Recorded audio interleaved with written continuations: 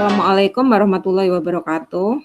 Waalaikumsalam. Jadi karena hari ini itu temanya adalah keuangan, itu kan ada 3 sesi ya nanti ya. Yang pertama, untuk yang hari ini itu pengenalan dulu nih secara garis besar, apa-apa aja sih yang ada di laporan keuangan gitu ya. Terus yang kedua nanti, laporan keuangannya sama accurate gitu kan di lain waktu gitu kan. Terus yang ketiga itu adalah,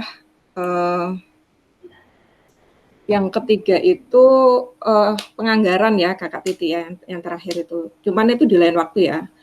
Jadi untuk yang saat ini kita membahas tentang laporan keuangan atau membahas tentang keuangan secara keseluruhan. Jadi intinya itu, sebenarnya goal-nya dari keuangan itu apa sih kan gitu ya. Apa yang kita lakukan itu sebenarnya goal-nya apa gitu.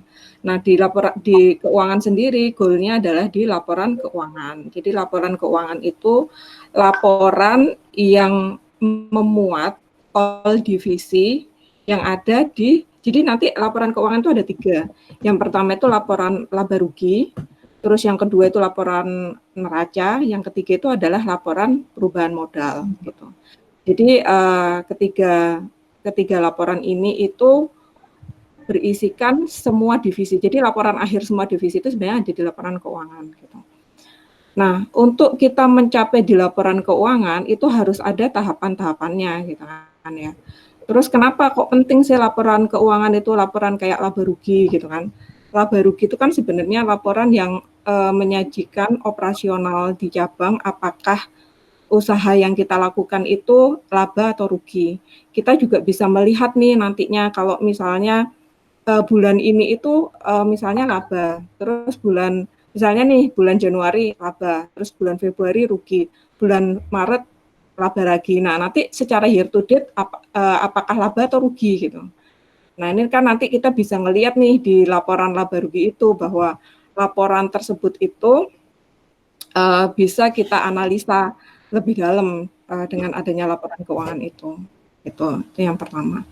Terus yang kedua adalah laporan neraca gitu. Apa sih laporan neraca itu? Laporan neraca itu laporan kekayaan suatu perusahaan gitu kan ya. Jadi neraca itu kan terdiri dari pasifa dan aktiva ya. Aktiva itu adalah kekayaannya perusahaan atau kekayaannya usaha kita, dan pasifa itu adalah sumbernya dari mana. Jadi misalnya nih di aktiva itu kan apa sih kekayaannya suatu perusahaan itu, ada kas, ada bank. Kas itu kan kekayaan ya, terus bank, terus piutang. Piutang itu kan uang kita di orang lain gitu kan ya. Terus habis itu ada fixed asset yang terdiri dari seperti tanah, terus bangunan, terus mobil. Itu kan semua harus dinilai kan biar kita itu tahu sebenarnya berapa sih aset kita gitu kan. Nah, pasifa sendiri makanya kenapa di neraca itu harus balance gitu ya. Karena kita harus tahu nih bahwa di laporan pasifa itu sumbernya dari mana, sumber kekayaan di aktivanya itu dari mana, dari modalnya berapa, dari hutangnya berapa, atau dari laba gitu kan. Karena komponen yang ada di pasifa itu ada modal, ada hutang, sama ada laba. Nah, itu kita nanti bisa tahu nih dan kita bisa menganalisa dengan adanya laporan itu. Makanya kita harus tahu dulu nih goal-nya apa kan kita ya.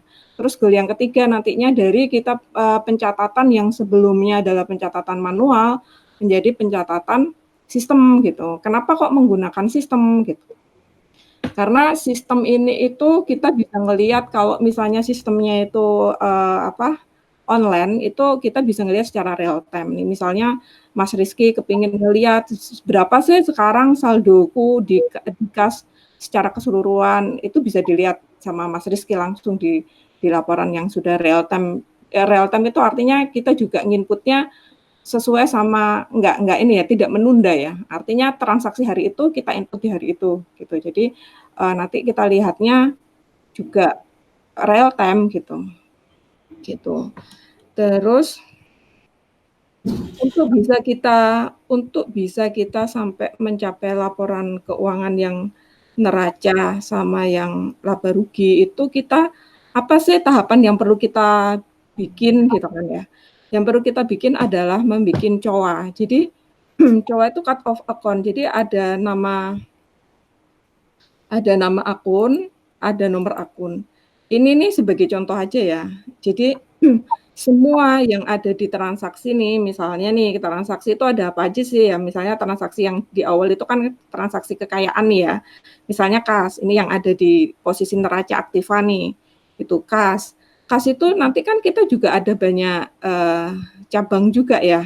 Ini kita misalnya membicarakan di cabang atau di pusat gitu ya. Misalnya kas, ini misalnya di cabang nih.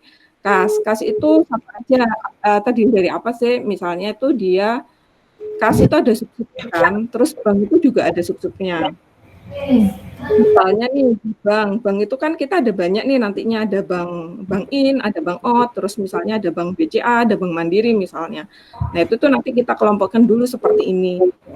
Jadi kas, terus subnya itu apa? Misalnya kas kecilnya A, kas kecilnya B gitu kan. Terus nanti ayat silang. Nah ayat silang ini sangat penting ya, nanti saya jelasin lagi yang untuk ayat silang. Terus untuk yang selanjutnya itu misalnya bank. Bank itu terdiri dari apa sub-subnya? Kan pasti banyak nih bank, nggak cuma satu. Terus piutang nih. Misalnya piutang ke siapa gitu yang punya piutang ke kita gitu. Nanti juga ada sub-subnya. Begitu juga dengan fixed asset ya. Ini fixed asset nih misalnya tanah, bangunan, peralatan kantor itu seperti komputer, itu tuh harus didepresiasi ya. Karena ini kekayaan, ini nanti ngelingnya adalah di neraca gitu. Terus kendaraan, nah ini nanti kita pelan-pelan bikin fixed asset juga gitu. Biar semua tercatat ya. Terus nanti fixed asset ini nanti diakumulasikan untuk kita bisa menentukan nilai bukunya berapa gitu. Jadi nanti diakumulasi, terus hutang usaha, jadi nanti dikelompokkan seperti ini. Dan pengelompokan COA ini setiap usaha itu kan pasti beda ya. Pasti beda itu maksudnya gini, ada perusahaan jasa, ada perusahaan manufaktur, ya kan? Terus ada perusahaan dagang. Nah, ini kan pasti berbeda-beda jenisnya gitu kan ya. Mungkin secara general untuk yang kas bank itu mungkin sama gitu, tapi kalau untuk yang lainnya nih kayak misalnya yang kompleks itu manufaktur nih, ada work in process nanti, terus ada HPP dan segala macam gitu kan ya. Jadi itu juga kita harus tahu nih jenis-jenisnya seperti apa. Nih ya kalau misalnya yang klinik itu apa sih? Oh jasa gitu kan. Terus perumahan itu apa? Jadi nanti mungkin secara general itu sama nih untuk yang kayak kas sama bank, tapi untuk yang operasionalnya itu mungkin ada sedikit berbeda ya kan. Termasuk juga biaya-biayanya ada yang sama dan berbeda. Jadi contohnya seperti ini. Ini nanti mau sesi tanya jawab atau langsung aja ya Kakak Titi anaknya nih? Kalau mau tanya langsung atau nanti di sesi tanya jawab aja gitu. Gimana Mas Rizky atau Kakak Titi? Bebas Mbak, kalau misalnya bebas. Nah, misalnya kalau pas ada materi terus ada yang bertanya langsung, begitu nggak tahu langsung nanya kan gitu juga boleh. Ya, Daripada soalnya nanti lupa gitu loh maksudnya. Iya, benar-benar. Itu juga boleh. Mungkin dari sini Silakan, Mbak Ita, ada pertanyaan nggak ya? Atau saya lanjut dulu nih? Next dulu aja kali ya. Nanti kalau mau tanya, boleh saya diinterupsi. Terus ya, untuk yang dulu, Mbak. Ya, untuk yang selanjutnya adalah laporan kas, ya kan? Laporan kas itu jadi ini misalnya sorry, apa namanya? Ini anak-anak perlu definisi tentang COA, kayaknya mereka belum bisa ngikutin sampai. Ya. COA itu apa gitu? Oke. COA itu cut off account. Jadi di dalam accounting itu kalau kita mau jurnal, kita itu harus mempunyai nama akun dan nomor akun. Biar kita itu menjurnalnya berdasarkan jurnalnya atau berdasarkan nama akunnya. Itu kan kalau misalnya nih, ya misalnya cabang itu menerima uang dari kantor pusat, ditransfer nih uang dari kantor pusat untuk petty cash, ya kan? Artinya nanti berarti petty cash di kantor pusat kan bertambah nih, ya kan? Ya berarti petty cash pada apa gitu, ya kan? Ini nanti ada sih saya jelasin di next-nya ini masih ada banyak sih sebenarnya. Cuman kalau yang cowok itu sendiri adalah nama akun dan nomornya. Jadi ketika kita menjurnal itu sudah ada gitu, sudah ada nama akunnya. Kan setiap transaksi itu kan idealnya memang harus dijurnal kan. Nah, jurnal debitnya apa, kreditnya apa. Itu harus ada nama akun dan nomornya. Kenapa kok harus ada nomor? Ya ini untuk identifikasi di sistem ya, biar nomor ini kan juga sebagai apa ya, kayak verifikasi gitu loh. Jadi nomor itu juga nggak boleh sama gitu. Nomor ini sudah melekat sama nomor ini sudah melekat ke nama ini, nama akun ini gitu. Gitu sih sebenarnya kalau yang cowok itu Mas Rizky. Ini Siap, Mbak. next ya. Siap, Mbak. Ya nanti kalau Oke. saya next ini kayaknya insya Allah paham kok. Kalau misalnya soalnya kan ini masih banyak. Terus Siap. yang kedua, Oke. yang kedua itu kan apa sih yang dilakukan di cabang atau di kantor pusat gitu kan? Kan ketika kita menerima kas itu kan kita harus membukukan nih ya kan, petty cash nih misalnya di cabang dia dapat dari kantor pusat misalnya. Jadi kalau ini saya contohin itu pengisiannya itu misalnya maksimal 3 juta. Ya misalnya nih pengisian petty cash itu maksimal 3 juta, lebih dari 3 juta itu menggunakan bank gitu. Jadi misalnya ada kita bayar air atau bayar listrik gitu. Nominalnya itu lebih dari 1 juta gitu. Jadi transaksi kas itu misalnya kalau misalnya ada transaksi yang nominalnya itu di bawah 1 juta, kita nggak apa-apa pakai petty cash. Tapi kalau udah di atas 1 juta, kita harus langsung pakai bank aja gitu. Jadi misalnya nih ada bayar listrik gitu. Bayar listrik itu misalnya 1,7 juta. Itu langsung aja via bank gitu ya. Jadi kalau yang kas ini yang untuk kecil-kecil aja nih. Misalnya nih, ini kan nih nomor 1 nih. Pengisian kas dari kantor pusat. Jadi gini ya, mungkin saya potong saya skip langsung ke sini kali ya.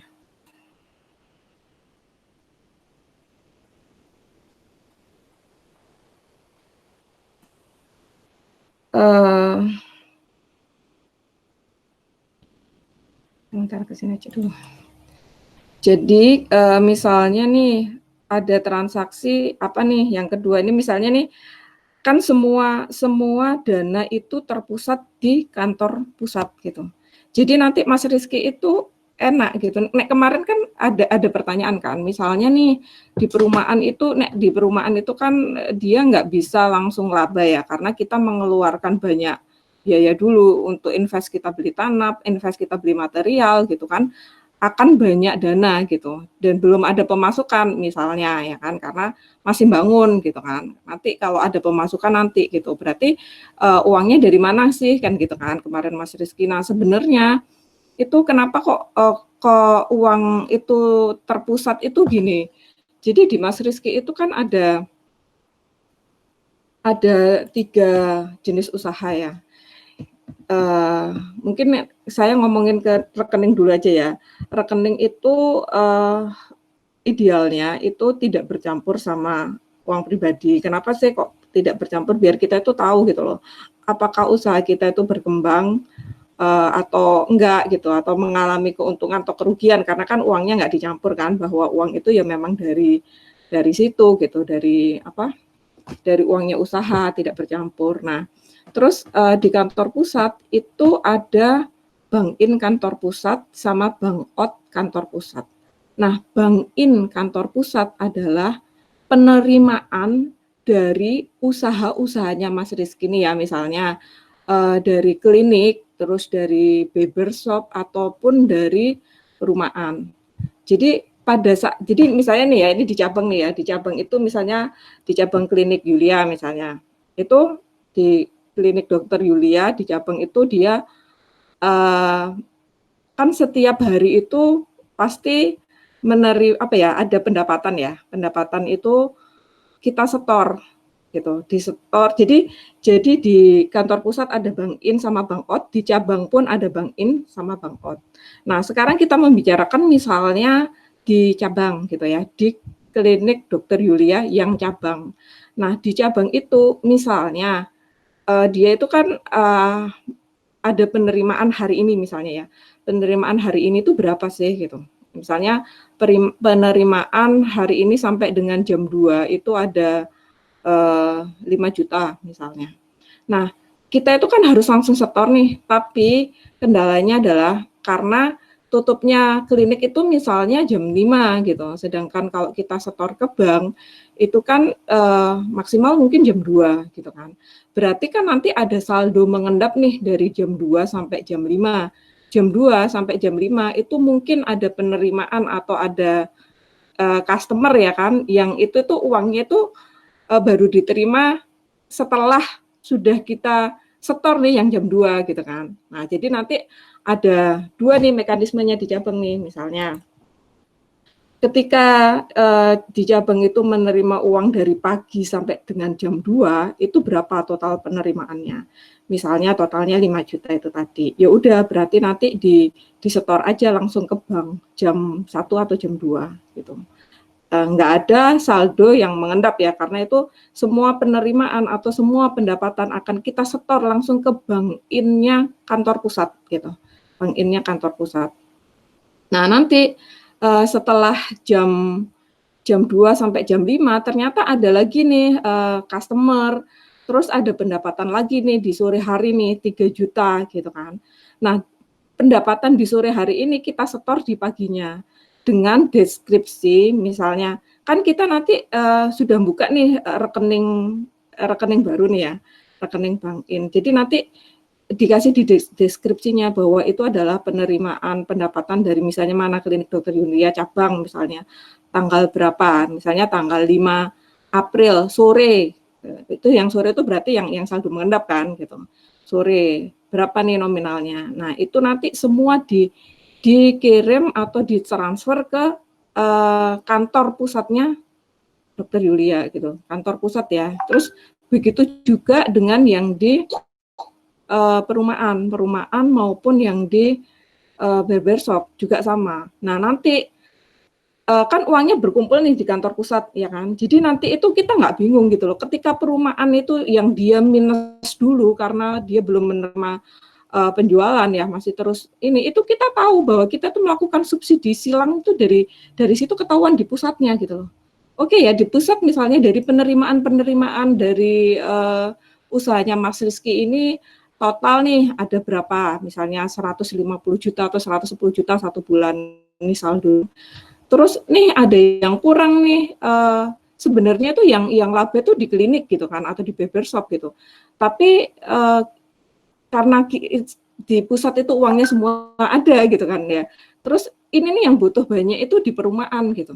Nah, nanti itu uangnya bisa disetor di perumahan, tapi di situ itu kita nanti ada bahwa perumahan itu ada hutang gitu. Ada hutang ya, tapi kan ya tetap aja di usahanya Mas Rizky gitu. Jadi tercatat gitu nantinya di laporan itu tuh nanti tercatat, karena kalau kita udah terpusat kayak gitu, itu nanti enak di pusatnya bahwa semua pendapatan di hari itu akan tercatat dan semua jenis usahanya Mas Rizky sudah ada di dalam rekening koran itu. Jadi rekening koran itu nanti mencatat semua jenis usahanya Mas Rizky penerimaan tiap harinya. Jadi Bank In itu di kantor pusat pasti ada saldo ya kalau misalnya memang, karena kan dari tiga jenis usaha itu. Terus yang selanjutnya itu Bank Out gitu.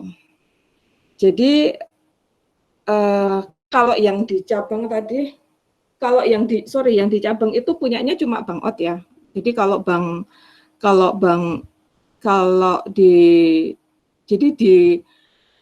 di cabang itu hanya punya Bank Out, tapi kalau di kantor pusat itu dia punya Bank In sama Bank Out, karena kan di cabang dia langsung disetor kan uangnya, langsung disetor ke Bank In-nya kantor pusat gitu. Terus, nah kenapa kok cabang itu hanya punya rekening bank out? Nah, rekening bank out pun itu akan terjadi karena dia itu minta FPD nih misalnya nih ya, karena kita itu butuh uang yang lebih dari 1 juta gitu, jadi kita pakai FPD. FPD itu form penerimaan dana, contohnya seperti ini nih. Nih, contoh FPD.